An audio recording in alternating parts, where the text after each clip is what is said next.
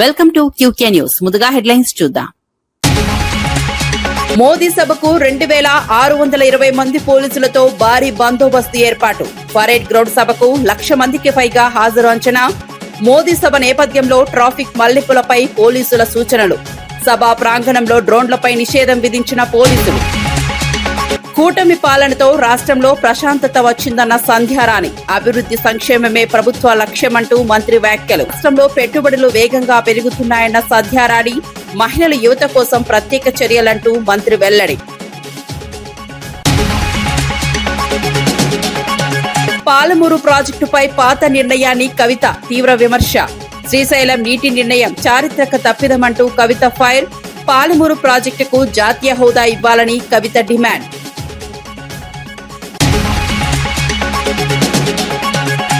శ్రీవారి లడ్డూపై తప్పుడు ప్రచారాలు ఆపాలంటూ రోజా ఫైర్.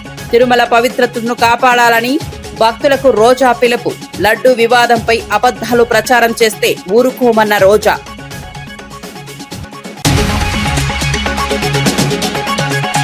తెలంగాణలో నేరాల పెరుగుదలపై హరీష్ రావు తీవ్ర ఆగ్రహం. ప్రజల భద్రత కంటే రాజకీయ కక్షలేనంటూ హరీష్ విమర్శ. దోపిడీలు పెరుగుతున్నా పోలీసులు విఫలమంటూ హరీష్ ఫైర్. టీఆర్ఎస్ నేతల వేధింపులపై ప్రభుత్వాన్ని నిలదీసిన హరీష్ రావు. హైదరాబాద్ సచివాలయంలో పార్లమెంటరీ స్టాండింగ్ కమిటీ సమావేశం జరిగింది. ఈ సమావేశంలో ముఖ్యమంత్రి Revanth Reddy, committee chairman Magunta Srinivasulu Reddy, MP Chamala Kiran Kumar Reddy పాల్గొన్నారు. రాష్ట్ర ప్రభుత్వ ప్రధాన కార్యదర్శి రామకృష్ణారావుతో పాటు రాష్ట్ర కేంద్ర ప్రభుత్వ ఉన్నతాధికారులు సమావేశంలో హాజరయ్యారు. రాష్ట్ర అభివృద్ధి, కేంద్ర పథకాల అమలు, మౌలిక సదుపాయాల పురోగతి, సంక్షేమ కార్యక్రమాలపై సమీక్ష నిర్వహించారు. కేంద్ర రాష్ట్ర సమన్వయంతో అభివృద్ధి పనులు వేగవంతం చేయాలని అధికారులు చర్చించారు. ప్రజలకు మెరుగైన సేవలు అందించే దిశగా పలు అంశాలపై సూచనలు ఇచ్చినట్లు సమాచారం.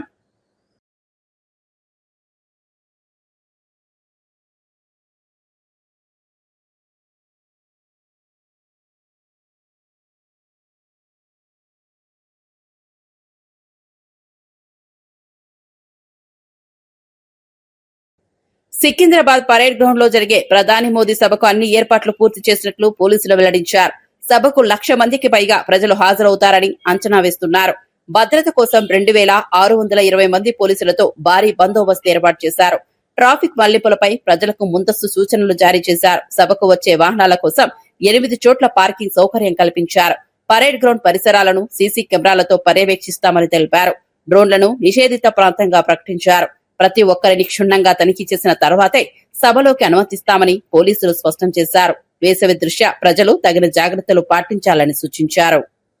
దాదాపుగా డీసీపీ ర్యాంక్ లో ఒక 3, అడిషనల్ డీసీపీ ర్యాంక్ లో 5 మంది, ఏసీపీ ర్యాంక్ లో 21 మంది, ప్రొబేషనరీ డిఎస్పీస్ కూడా దీంట్లో మనకు పాలు పంచుకుంటున్నారు 61 మంది, 57 మంది ఇన్స్పెక్టర్లు, 226 మంది సబ్ ఇన్స్పెక్టర్లు, మొత్తం కలిపి దాదాపుగా 1045 మంది also ASIs, HCs, PCs, home guards అందరూ కలిపి 12 platoons, TGSP platoons, 6 AR platoons, Octopus, SOT, intelligence, bomb squad, sniffer dogs, ఇది కాకుండా 620 మంది ట్రాఫిక్ పర్సనల్, 2620 మంది సిబ్బందితో, పోలీస్ సిబ్బందితో రేపు elaborate law and order and traffic arrangements చేసి ఉన్నాం.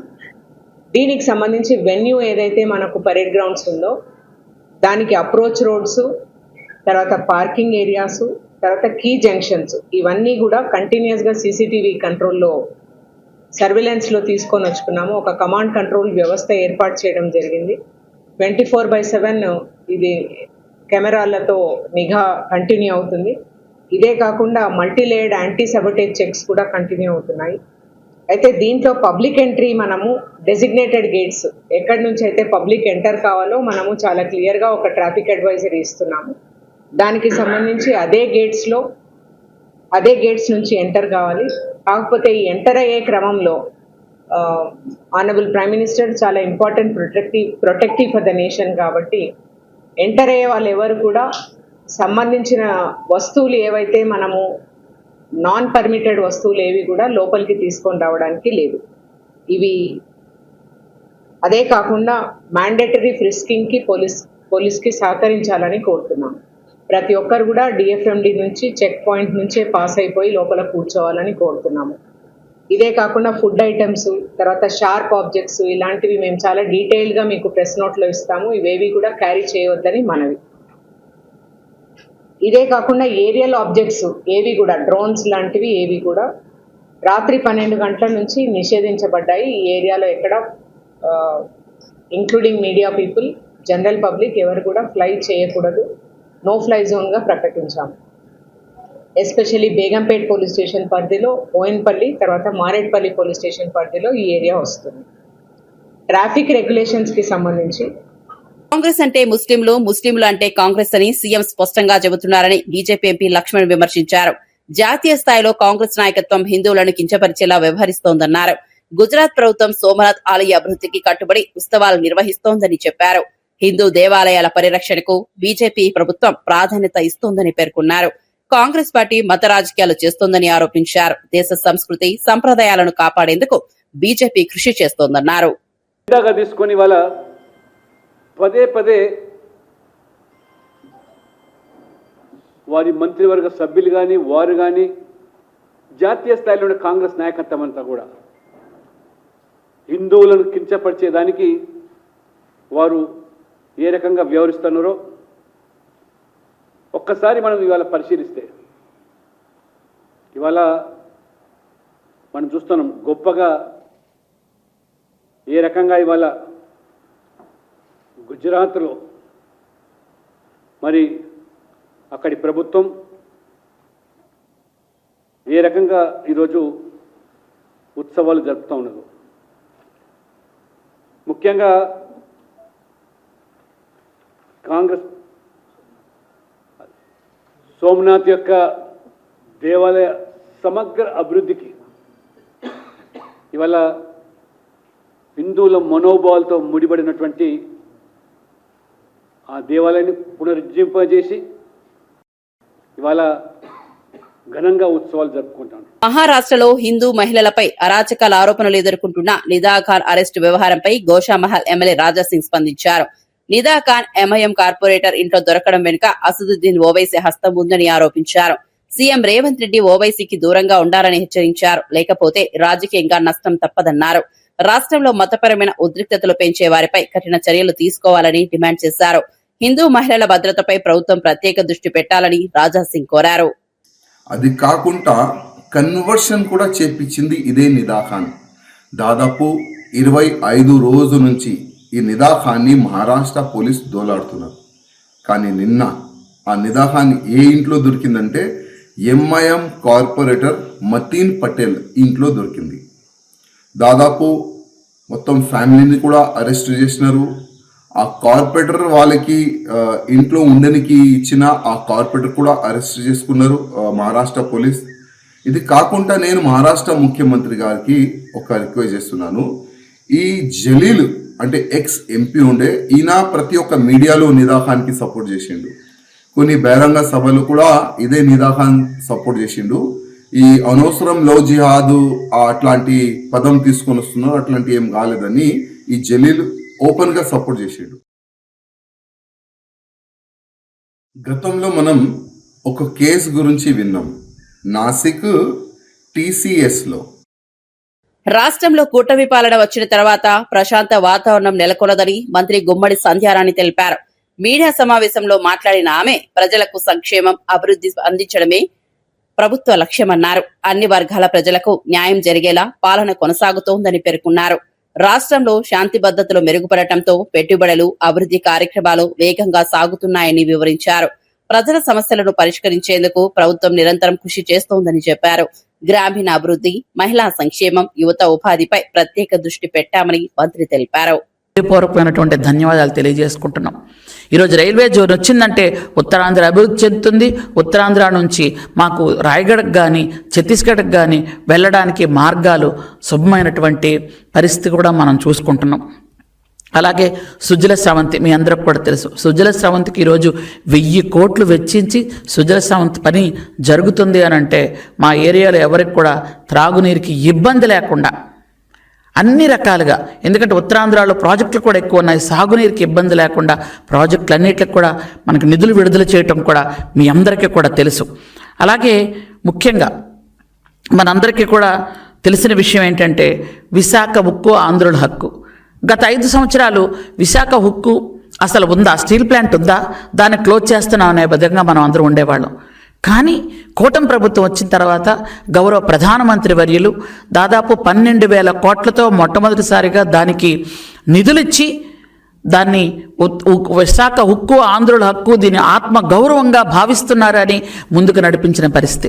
ఈరోజు నేను లేదమన్నా మరొక 8,000 కోట్లు, అంటే దాదాపు 20,000 కోట్లతో ఈరోజు స్టీల్ ప్లాంట్ పనులు మొదలుపెట్టి లాభాల బాటలోకి వెళ్ళడానికి పూర్తి సహకారం అందించినటువంటి కేంద్ర ప్రభుత్వానికి, ఇక్కడ ఉన్నటువంటి రాష్ట్ర ప్రభుత్వానికి, అంటే చంద్రబాబు నాయుడు గారికి మా హృదయపూర్వకంగా ధన్యవాదాలు తెలియజేసుకుంటున్నాం. ఎందుకనంటే అసలు విశాఖ ఉక్కుని పూర్తిగా వదిలేసిన పరిస్థితి. అక్కడ ఉన్నటువంటి ఉద్యోగస్తులు కూడా ధర్నాలు చేసినా, నిరాహార దీక్షలు చేసినా పట్టించుకోని పరిస్థితి ఆనాటిదైతే. జంజీ ఉద్యమ తరహాలో తెలంగాణలో బీసీ ఉద్యమాన్ని మరింత బలోపేతం చేస్తామని బీసీ సంక్షేమ సంఘం జాతీయ అధ్యక్షుడు జాజుల శ్రీనివాస్ గౌడ్ తెలిపారు. బీసీలను విస్మరించే రాజకీయ పార్టీలను గద్దె దింపుతామని హెచ్చరించారు. 2029 నాటికి తెలంగాణలో బీసీలదే అధికారం అవుతుందని పేర్కొన్నారు. ఫీజు రీయింబర్స్మెంట్ పథకాన్ని పాత విధానంలో అమలు చేయకపోతే జూన్లో హైదరాబాద్ ను దిగ్బంధిస్తామని హెచ్చరించారు. తెలంగాణలో బీసీలకు తీవ్ర అన్యాయం జరుగుతోందని ఆరోపించారు. ఉమ్మడి రాష్ట్రంలో అమలైన పథకాలను కూడా ఇప్పుడు రద్దు చేస్తున్నారని మండిపడ్డారు. ఏపీలో బీసీ సప్లాన్ అమలు జరుగుతుండగా తెలంగాణలో నిర్లక్ష్యం చేస్తున్నారని విమర్శించారు. బీసీల విద్యార్థుల భవిష్యత్తుతో ప్రభుత్వం చెలగాటమాడుతోందని జాజుల శ్రీనివాస్ గౌడ్ ఆరోపించారు. బీసీ సంఘాలుగా రాష్ట్ర ప్రభుత్వాన్ని ఏం డిమాండ్ చేస్తా ఉన్నాం? ఈ రాష్ట్రంలో ఇంజనీరింగ్ చదివేటటువంటి విద్యార్థులకు ఎంత ఫీజు ఉందో ఆ ఫీజు మొత్తం ప్రభుత్వమే భరించాలని చెప్పి ఈరోజు మనం డిమాండ్ చేస్తా ఉన్నాం. అదేవిధంగా బీ ఫార్మసీ, అదేవిధంగా ఎంబీఏ, ఎంసీఏ, అదేవిధంగా మెడిసిన్ చదివేటటువంటి విద్యార్థులకు కూడా పూర్తి ఫీజు రియంబర్స్మెంట్ చేయాలని చెప్పి కూడా ప్రభుత్వాన్ని డిమాండ్ చేస్తా ఉన్నాం. ఈరోజు పూర్తి ఫీజు రియంబర్స్మెంట్ చేయడం అని చెప్పి ఈరోజు ఎందుకు డిమాండ్ చేస్తా ఉన్నాం? ఆ రోజు మేమందరం కూడా పోరాటం చేసి 2008లో మరి స్వర్గీయ రాజశేఖర రెడ్డి గారు ఉన్నప్పుడు ఈ రాష్ట్ర ప్రభుత్వం కాంగ్రెస్ ప్రభుత్వంతో, అప్పుడు ఉన్నటువంటి కాంగ్రెస్ ప్రభుత్వంతో కొట్లాడి ఈరోజు ఫీజుల రియంబర్స్మెంట్ స్కీమ్ అమలు చేయించాం. వెళ్తే ప్రభుత్వ మెడికల్ కాలేజీలను అమ్మేస్తామని టీడీపీ నేతలు మాట్లాడడం దారుణమని మాజీ మంత్రి పేర్ని నాని విమర్శించారు. ప్రభుత్వ మెడికల్ కాలేజీలు ఉంటే పేదలకు వైద్య విద్యతో పాటు మెరుగైన విద్యం కూడా అందుతుందని అన్నారు. చిత్తూరులోని అపోలో ఆసుపత్రిలో ఉచిత వైద్యం పేరుతో సీట్లు అమ్ముకొని కోట్ల రూపాయలు సంపాదిస్తున్నారని ఆరోపించారు. ప్రభుత్వ వైద్య రంగాన్ని బలహీనపరిచి ప్రైవేట్ సంస్థలకు లాభాలు చేకూర్చే ప్రయత్నాలు జరుగుతున్నాయని మండిపడ్డారు. పేద విద్యార్థులు డాక్టర్లుగా ఎదగాలంటే ప్రభుత్వ మెడికల్ కాలేజీలు కీలకమని చెప్పారు. ప్రజల ఆరోగ్యాన్ని వ్యాపారంగా మార్చే విధానాలను వ్యతిరేకిస్తామని, ప్రభుత్వ వైద్య రంగాన్ని కాపాడేందుకు పోరాటం కొనసాగుతుందని పేర్ని నాని స్పష్టం చేశారు. తప్పే చిత్తూరు మెడికల్ కాలేజీలో ఏం జరుగుతుంది? చిత్తూరు గవర్నమెంట్ హాస్పిటల్ని అపోలో హాస్పిటల్కి ఇస్తే అపోలో హాస్పిటల్ తీసుకున్నటువంటి మొదటి సంవత్సరమే హాస్పిటల్లో మంచాలు ఎట్టా ఉన్నాయి, మంచాలు కొత్త ఏం కావాలి, దుప్పట్లు ఏం కావాలి, డాక్టర్లు తక్కువే ఉన్నారు, లేకపోతే ఏమేమి ఎక్విప్మెంట్ కావాలి పరీక్షలు చేయటానికి అని చెప్పి వాళ్ళు ఆలోచించలా. మెడికల్ కాలేజీ పెట్టాలంటే ఏమేం కావాలని చూసుకుని మెడికల్ కాలేజీ పెట్టుకున్నారు. అపోలో హాస్పిటల్ చిత్తూరులో కావాలని మీరు వెళ్ళి చూసుకోవచ్చు. ఎవరైనా ఏం చేస్తున్నారు? ఫ్రీగా ఎవరికైనా అన్ని వేల కోట్లు సంపద ఉందని చెప్పి అపోలో హాస్పిటల్ గవర్నమెంట్ స్కూల్ తీసుకుని ఏమన్నా నేను పుట్టిన జిల్లా అని చెప్పి ఏమైనా ఉద్ధరిస్తాకేమైనా చేస్తున్నారా? లేదే పచ్చి వ్యాపారం చేస్తున్నారు దాని మీద. అపోలో హాస్పిటల్లో వైద్యం డబ్బులకి ఏమనంటే గొప్పగా చెప్తున్నారు. సర్వీస్ ఛార్జెస్ అంట. సర్వీస్ ఛార్జెస్ పైన హాస్పిటల్లో డబ్బులు వసూలు చేస్తారు. మెడికల్ కాలేజీలోనేమో అపోలో బ్రాండ్ మీద 3 కోట్లకి సీట్ అమ్ముకుంటారు. 60 అంటే 3 కోట్ల చొప్పున సుమారుగా 60, 70 సీట్లు, 80 సీట్లు వస్తాయి. మరి డబ్బులు ఏంటి? చంద్రబాబు నాయుడు గారికి 3-4 సీట్లు ఇస్తారంట, అంటే క్యాష్ ఇస్తారు. అంటే నాకేంటి దీంట్లో అని చెప్పినటువంటి ఎంతసేపు ఆలోచన. హైదరాబాద్ లో మాజీ ఐపీఎస్ అధికారి భార్య హత్య జరిగిన నిందితులను పట్టుకోలేకపోవడం దారుణమని మాజీ మంత్రి హరీష్ రావు విమర్శించారు. ప్రజలు జాగ్రత్తగా ఉండాలని సిపి చెప్పడం బాధ్యతారాహిత్యమన్నారు. కరీంనగర్ లో బంగారం దోపిడీలు, ఎమ్మెల్యేల క్యాంప్ కార్యాలయాలపై దాడులు జరుగుతున్నా పోలీసులు అరికట్టలేకపోతున్నారని ఆరోపించారు. మరోవైపు బీఆర్ఎస్ నాయకులపై మాత్రం రాజకీయ వేధింపులు పెంచుతున్నారని మండిపడ్డారు. దొంగను పట్టుకుని అప్పగించిన క్రిషాంక్ పై నాన్ బెయిలబుల్ కేసు పెట్టి జైలుకు పంపారని గుర్తు చేశారు. దేశంలోనే అత్యధిక క్రైమ్ రేట్ తెలంగాణలో ఉందని కేంద్ర నివేదిక చెబుతోందన్నారు. రాష్ట్రంలో ప్రజల భద్రత కంటే రాజకీయ కక్ష సాధింపులకే ప్రభుత్వం ప్రాధాన్యత ఇస్తోందని హరీష్ రావు ఆరోపించారు. క్యాంప్ ఆఫీసర్ మీద దాడి చేస్తే కనీసం ఆపే పరిస్థితి లేదు. ఒక మహిళ అర్ధరాత్రి పూట హైదరాబాద్ లో నడిచే పరిస్థితి లేదు. కానీ బీఆర్ఎస్ నాయకుల మీద మాత్రం రాజకీయ వేధింపులకు కొదవలేదు. కేసుల మీద కేసులు పెట్టి, అక్రమ కేసులు పెట్టి, అరెస్టుల మీద అరెస్టులు పెట్టి, జైలు నుంచి బయటకు రాకుండా ఎంతమంది బీఆర్ఎస్ నాయకులను వేధిస్తున్నారు. ఇవాళ క్రిషాంక్ పోయి ఎన్ని రోజులైంది? క్రిషాంక్ చేసిన తప్పేంది? దొంగను దొరకబట్టి పోలీసులకు సెల్ ఫోన్ ఇచ్చిండు అంతే. ఫేక్ సోషల్ మీడియాలో ఫేక్ వార్తలు పెట్టిన వ్యక్తిని దొరకబట్టి ఈ ఫోన్ నుంచే సోషల్ మీడియాలో ఫేక్ వార్తలు పెట్టిండు, అబద్దాలు ప్రచారం చేసిండని ఆ ఫోన్ అతని చేతుల నుంచి తీసుకొని పోలీస్ చేతికి ఇచ్చిండు. దానికి నాన్ బెయిలబుల్ సెక్షన్లు పెట్టి ఒక దళిత నాయకుడు క్రిషాంక్ను 20 రోజులుగా జైల్లో పెట్టిండ్రు. అంటే మీరు అసలు చేయాల్సిన పని ఏంది? మీరు చేస్తున్న పని ఏంది? ఎటుపోతుంది రాష్ట్రం? నిన్ననే కేంద్ర ప్రభుత్వం నివేదిక వచ్చింది. దేశంలో అత్యధిక ఎస్సీ ఎస్టీ కేసులు ఎక్కడైతున్నాయంటే తెలంగాణలో అవుతున్నాయి. అత్యధిక పిల్లలు మిస్సింగ్ ఎక్కడున్నారు అంటే తెలంగాణలో. అందులో ఆడపిల్లలు మిస్సింగ్ ఉన్నారు. వాళ్ళని పట్టుకోవడంలో బాగా వెనుకబడ్డ రాష్ట్రం ఏది అంటే తెలంగాణ రాష్ట్రం. అత్యధిక కేసులు దేంట్లో చూసినా. తెలంగాణ అభివృద్ధి దేంట్లో జరుగుతుంది? ఆత్మహత్యల్లో అభివృద్ధి చేస్తున్నారు మీరు. కేసుల నమోదులో అభివృద్ధి చూపిస్తున్నారు. అత్యాచారాల్లో అభివృద్ధి చూపిస్తున్నారు. చిన్నపిల్లల్ని ఎత్తుకెళ్లడంలో అభివృద్ధి చూపిస్తున్నారు. మహిళల రక్షణ ఫెయిల్ అవడంలో అభివృద్ధి చూపిస్తున్నారు. హైదరాబాద్ పరువు తీసేసింది మీరు. ఒకప్పుడు లా అండ్ ఆర్డర్ లో తెలంగాణ దేశానికి దిక్సూచి. ఇదే కేంద్ర ప్రభుత్వం అనేక సందర్భాల్లో తెలంగాణను మెచ్చుకున్నది. ఇలా పరిస్థితి ఏంది? మహిళా పోలీస్ కమిషనరు మంచి ప్రయత్నం చేయొచ్చు ఆవిడ, కానీ పరిస్థితి ఎట్లా ఉందనడానికి అది అడ్డం పడుతున్నది. పరిస్థితి తీవ్రతకు అది అడ్డం పడుతూ ఉన్నది. ఎంత దారుణమైన పరిస్థితులు హైదరాబాద్ లో ఉన్నాయి. ఒక ఐపీఎస్ ఆఫీసర్ భార్యను మర్డర్ చేస్తే ఎట్లుంది? ఒక ఐపీఎస్ ఆఫీసర్ రోడ్డు మీద తిరుగుతే పరిస్థితులు ఎట్లా ఉన్నాయి? అంటే ఈ రకంగా రాష్ట్రంలో రాజకీయ వేధింపులకు పోలీసులు వాడుకుంటున్నారు. కక్ష సాధింపు చర్యలకు పోలీసులు వాడుకోవడం వల్ల పోలీసులు తమ పని తాము చేసుకోలేక లా అండ్ ఆర్డర్ కుప్పగూలింది. రాష్ట్రం పరువు తీసిండు ఈ రేవంత్ రెడ్డి. హోంమంత్రిగా, ముఖ్యమంత్రిగా రేవంత్ రెడ్డి అఫ్టర్ ఫెయిల్. మంచిర్యాల జిల్లా మందమరిలో బెల్లంపల్లి ఏసీపీ కిరణ్ కుమార్ ప్రత్యేక అవగాహన కార్యక్రమం నిర్వహించారు. కరీంనగర్ ప్రాంతంలో ఇటీవల జరిగిన దోపిడీ ఘటనల నేపథ్యంలో ప్రజలు అప్రమత్తంగా ఉండాలని సూచించారు. బ్యాంకర్లు, ప్రైవేట్ గోల్డ్ కంపెనీలు, లాడ్జ్ నిర్వాహకులు, వ్యాపారులకు నేరాల నివారణ చర్యలపై అవగాహన కల్పించారు.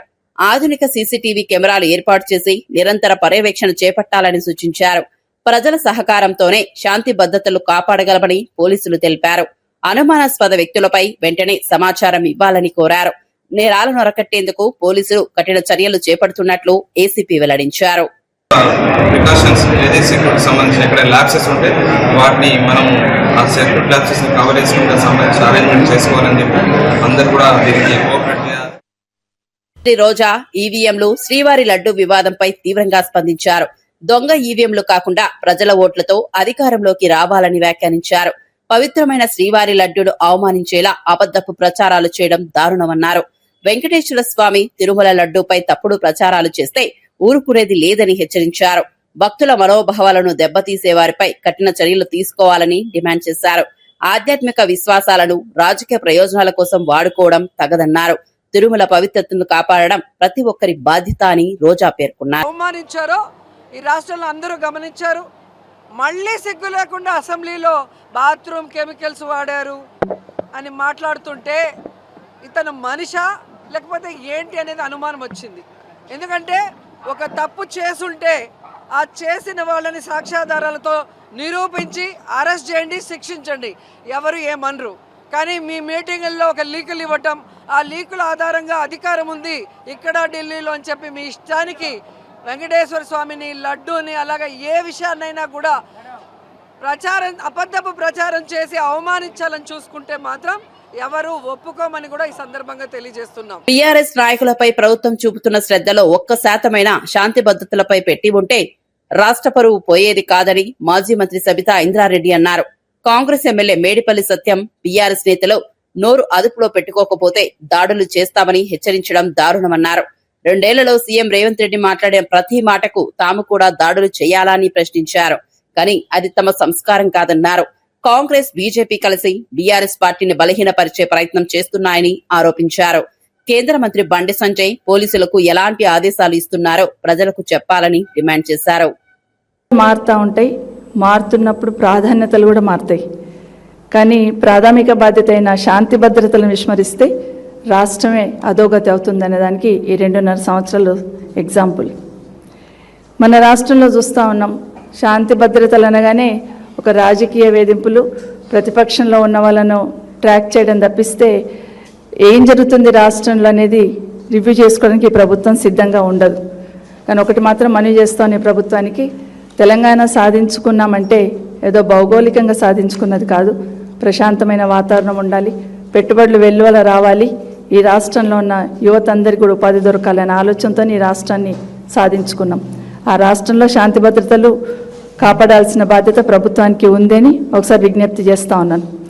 ఎందుకు చేయాల్సి వస్తుందంటే రాష్ట్రానికి ఎక్కడ ఏ చిన్న ఇబ్బంది ఉన్నా శాంతి భద్రతల విషయంలో హోంమంత్రి దగ్గర పరిగెత్తేవాళ్ళు. చీమ చిటుకుమన్నా హోంమంత్రికి వెళ్ళి చెప్పుదామనే యాంగిల్లో పరిగెత్తేవాళ్ళు. కానీ రాష్ట్రానికి హోంమంత్రి లేడని ఎందుకంటుందంటే ముఖ్యమంత్రి గారే హోంమంత్రి, కానీ ఆ బాధ్యతను విస్మరించారేమో అనిపిస్తుంటుంది ఒక్కొక్కసారి. ఎప్పుడు పోయినా కమాండ్ కంట్రోల్లో ముఖ్యమంత్రి గారు సమీక్షలు చేస్తూ ఉంటారు. ఎప్పుడు వింటూ ఉంటాం ఏదో ఒక సమీక్ష చేస్తున్నారు కమాండ్ కంట్రోల్లో, సెక్రటరీట్ వదిలిపెట్టి కమాండ్ కంట్రోల్కి వెళ్ళారని. అక్కడ వెళ్తున్నప్పుడు ఏం సమీక్ష చేస్తున్నారంటే ఒక హోంశాఖ మీద సంబంధించింది తప్పిస్తే మిగతా అన్ని సమీక్షలు జరుగుతూ ఉంటాయి. రాజకీయ సమీక్షలతో పాటు అన్ని సమీక్షలు అక్కడ జరుగుతూ ఉంటాయి. కానీ కమాండ్ కంట్రోల్, పోలీస్ కమాండ్ కంట్రోల్లో కూర్చొని హోంశాఖను సమీక్షించాలనే ఆలోచన ఈ రాష్ట్ర ముఖ్యమంత్రి గారికి లేదని చెప్పడం నిజంగా చెప్పుకోవాల్సి రావడం బాధాకరం అనిపిస్తుంది. గతంలో కేసీఆర్ గారు రాజకీయ పార్టీల మధ్య విభేదాలు సహజమేనని, కానీ భౌతిక దాడులు ఆందోళనకరమని బీఆర్ఎస్ ఎమ్మెల్యే గంగుల కమలాకర్ అన్నారు. కరీంనగర్ ఎమ్మెల్యే క్యాంప్ కార్యాలయంపై జరిగిన దాడి కేంద్ర మంత్రి బండి సంజయ్ కు తెలిసే జరిగిందని ఆరోపించారు. పోలీసుల అరెస్టులపై కాకుండా శాంతి భద్రతలపై దృష్టి పెట్టి ఉంటే పీఎంజే జ్యువెలరీ దోపిడీ జరిగేది కాదన్నారు. రాష్ట్రంలో ప్రజల భద్రత కంటే రాజకీయ కక్ష సాధింపులకే ప్రాధాన్యత ఇస్తున్నారని విమర్శించారు. ప్రజాస్వామ్యంలో భిన్నాభిప్రాయాలు సహజమే, కానీ దాడులు అంగీకరించబోమన్నారు. రాజకీయ హింసను ప్రోత్సహించే వారిపై ప్రభుత్వం చర్యలు తీసుకోవాలని డిమాండ్ చేశారు.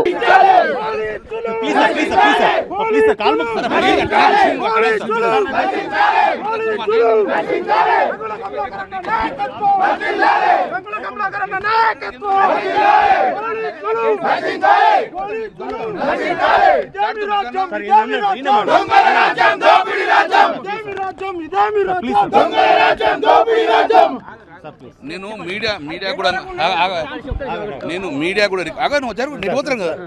రిక్వెస్ట్ చేస్తున్నా. ఇంత అరాచమా? నేను దొంగనా?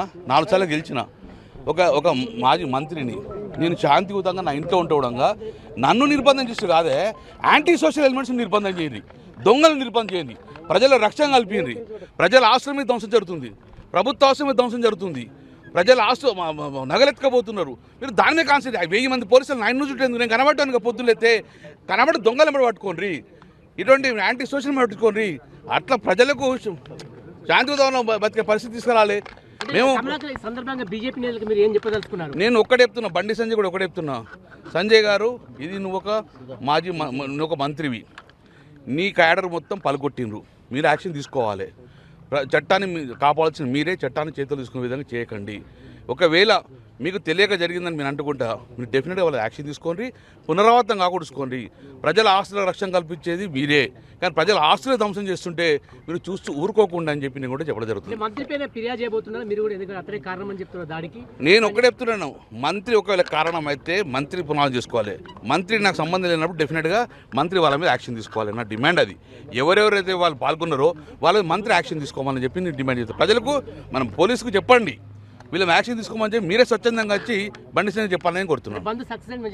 100% బండి మీరు బయట ఉండి సక్సెస్ అవుతుంది. మేము ఇక్కడ ఉన్నా కూడా బంధు స్వచ్ఛంగా పాటిస్తారు. ఎందుకంటే బంధు వాళ్ళు కూడా నాకు చెప్పారు, ఇవాళ ఎమ్మెల్యే ఆఫీస్ దాడి చేశారు, రేపు మాంసం దాడి చేస్తారు కదా, మా మాస్టర్కి ఎవరు రక్షణ.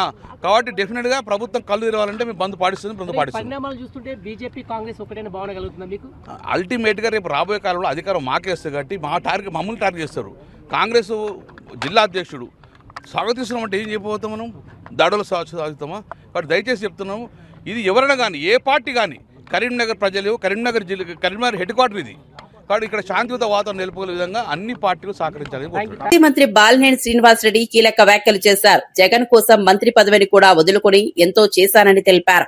అయినప్పటికీ బహిరంగ సభల్లో జగన్ తన గురించి ఎప్పుడూ మాట్లాడలేదని ఆవేదన వ్యక్తం చేశారు.